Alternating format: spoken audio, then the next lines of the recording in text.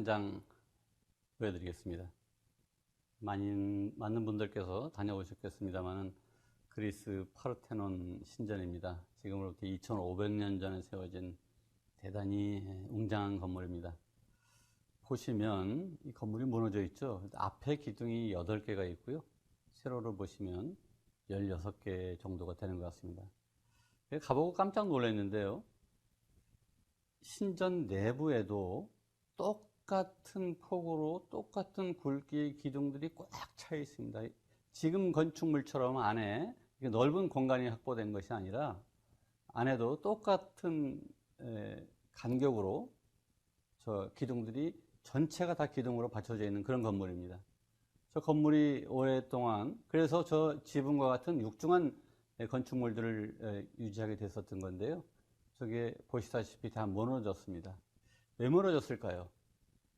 기둥이 무너졌으니까 당연히 무너졌겠죠. 이 사진을 염두에 두시면서 조금 설명을 하겠습니다. 국가 반부패 시스템이라는 겁니다. 영어로 National Integrity System인데요. 대통령 선거를 통해서 정권이 바뀌었습니다. 대통령 한 사람만 바뀌면 나라가 깨끗해질까요? 아무도 그렇게 생각하시는 분은 없죠?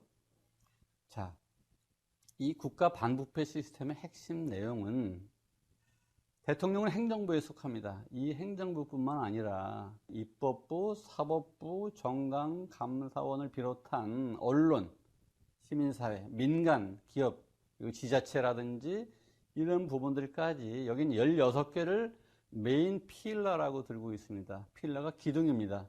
이 16개의 주요한 기둥들이 다 깨끗하게 건강하게 잘 서 있어야 국가라고 하는 반부패 시스템이 건강하게 서 있을 수 있다 라는 그런 내용입니다. 그게 내셔널 인테그리티 시스템의 개념입니다. 충분히 이해가 가시죠? 근데 충남교육청 얘기를 해보겠습니다. 충남교육청은요, 본청 이외에 12개의 직속기관이 있죠. 교육지원청이 14개가 있습니다. 유초, 중고 단위 기관들이 750개가 있습니다. 합해서 800개 가까운 이런 기관들인데요. 그러면 본청과 직속기관이라든지 교육지원청과 같은 이런 부분만이 아니라 교육청의 특징이 뭡니까? 아마 이 강의를 들으신 많은 선생님들께서 어디 소속이십니까? 물으면 어느 학교, 본인이 속한 학교를 대지 충남교육청 소속이다라고 생각하시는 분은 아마 없을 겁니다. 교육청 조직의 특징은 각 학교가 상대적 독립성을 갖고 독립적 해결을 가지면서 물론 예산 배분이라는 이런 부분들은 수직적으로 이루어지고 있습니다만 교육지원청이 하부 기구로서 단위 학교를 두고 있는 구조는 아닙니다. 충남교육청은 아까 그 건물과 같이 본다면 800여 개의 기둥으로 이루어진 시스템입니다. 이 800개의 기둥들이 하나하나가 다 똑바로 서 있어야 충남교육청이라고 하는 반부패 시스템이 건강하게 서 있을 수 있다. 이런 말입니다. 여러분 충분히 이해가 가시죠? 그래서 지금까지 드린 말씀은 주로 원론적인 측면에서 말씀을 드렸습니다만 이제 교육청 단위로 내려가면 어떻게 단위 학교를 하나하나를 건강하게 세울 것인가의 문제가 제기가 됩니다. 이 얘기를 좀 진행해 보겠습니다. 먼저 교육청 차원에서 얘기합니다.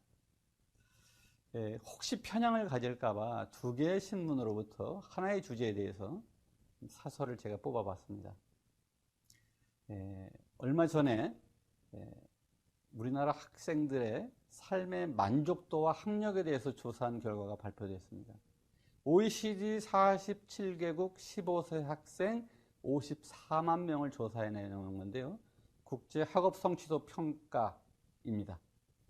그런데 성적은 높은데 만족도는, 삶의 만족도는 47개국 중에 터키 빼고는 가장 낮은 점수를 보이고 있습니다. 더 심각한 거는요, 한국 학생의 22%가 삶의 만족도가 4.2합니다. 이 얘기는 자살을 한 번씩 생각해 본 정도의 굉장히 심각한 수준입니다. 원인은 뭔가? 과도한 학습 시간, 그리고 강제 학습, 이런 부분들이 주된 원인으로 제기가 되고 있습니다. 학생들이 존중받아야 할 인간이 아니라 공부 기계가 됐다. 따라서 월화수목 금금금이 됐다. 하여튼 이런 진단들입니다. 또 하나의 신문 사설도 역시 마찬가지 내용입니다. 학습 시간이 가장 길고 사교육도 가장 이른 나이에 시작하고 중학생까지도 학습 기계로 내몰린 지가 오래고 그래서 이제 주말에는 학원을 좀 못하게 하자. 법적인 제한이 있습니다. 헌법상에 사실은 제약이 되죠. 이렇게까지 얘기가 나오고 있습니다. 얘기를 한번 돌려볼게요. 전국에 17개의 교육청이 있습니다. 최근 자료들을 제가 한번 살펴봤습니다. 17개 교육청의 주요 정책들을 한번 살펴봤습니다. 서울부터 제주까지 다 있는데요. 교육 비전이라고 표시된 데도 있고 지표라고 표시된 데도 있습니다만 여러분들께서 보시기에 공통적으로 한 군데도 빼지 않고 다 들어가 있는 단어가 있습니다. 뭡니까? 행복입니다. 충남교육청도 행복한 학교 학생 중심 충남교육을 내걸고 있습니다. 다른 교육청 다 마찬가지입니다. 얼마나 한국 학생이 불행했으면 우리 교육청의 주요 정책의 목표를 행복으로 삼고 있습니다. 저는 좀 다른 각도에서 설명을 해보겠습니다. 여러분 조금 아까 국가 반부패 시스템을 살펴봤습니다. 그리고 교육청의 지표들을 살펴봤는데요.